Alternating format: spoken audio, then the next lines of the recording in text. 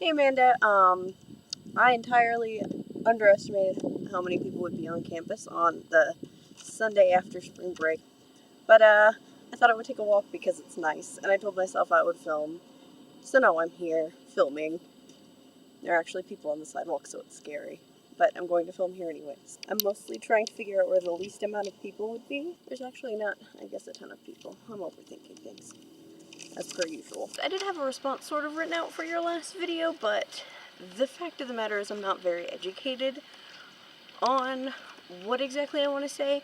I feel like I know more than the, I guess, normal white person does about Eurocentrism and the harms and all that.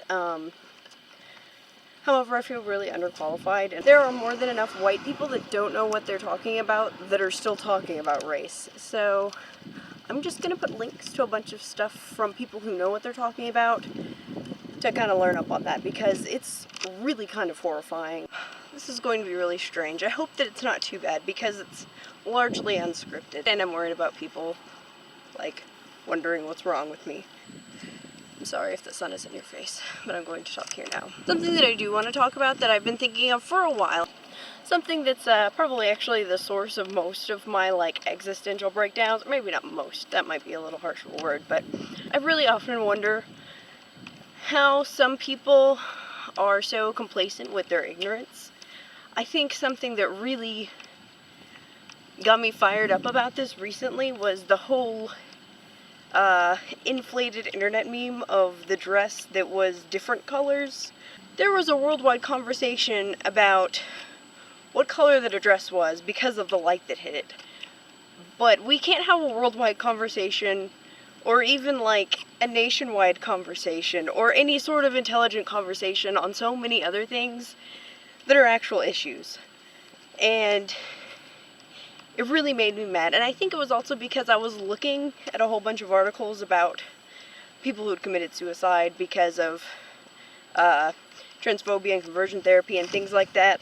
It's just really sad to see the whole internet arguing about a dress when there is an entire population of people where 41% of this population attempt suicide at some point in their life. Like, it's just so horrific to me. Really, there are so many things of consequence that could be talked about, but they're not talking about any of them. And I feel kind of like a hypocrite because people argue this sort of thing anyways. Like talking about, like, why people are interested in this ridiculous thing when these things are going on, or how can you be happy when all of this other stuff is going on. That's not what I'm trying to say. I think it's just the fact that it was so mindless just really got to me. And I know I don't always focus on things like that. I watch TV, which is kind of mindless in itself, and people complain about stupid stuff that's on television. But even with those things, you can sort of see, I guess, the point to a lot of them. You can analyze them and see what the people in them are doing and why they react the way that they do. Honestly, you probably could do that with that meme, but I mean, let's face it, that'd be stretching it a whole lot. I don't know, maybe I'm just too angry for something like that, just where I'm at right now. Maybe if I'd seen it a couple years ago, it would have been hilarious. And maybe people aren't as ignorant as I take them to be. I don't know, I don't want to sound pretentious or like I'm putting other people down, but it's just something that I really don't understand. And that sort of bothers me just because of the whole principle itself. I feel like I want to at least be able to moderately understand the other people around me. And that's just something that doesn't really click with me, I suppose.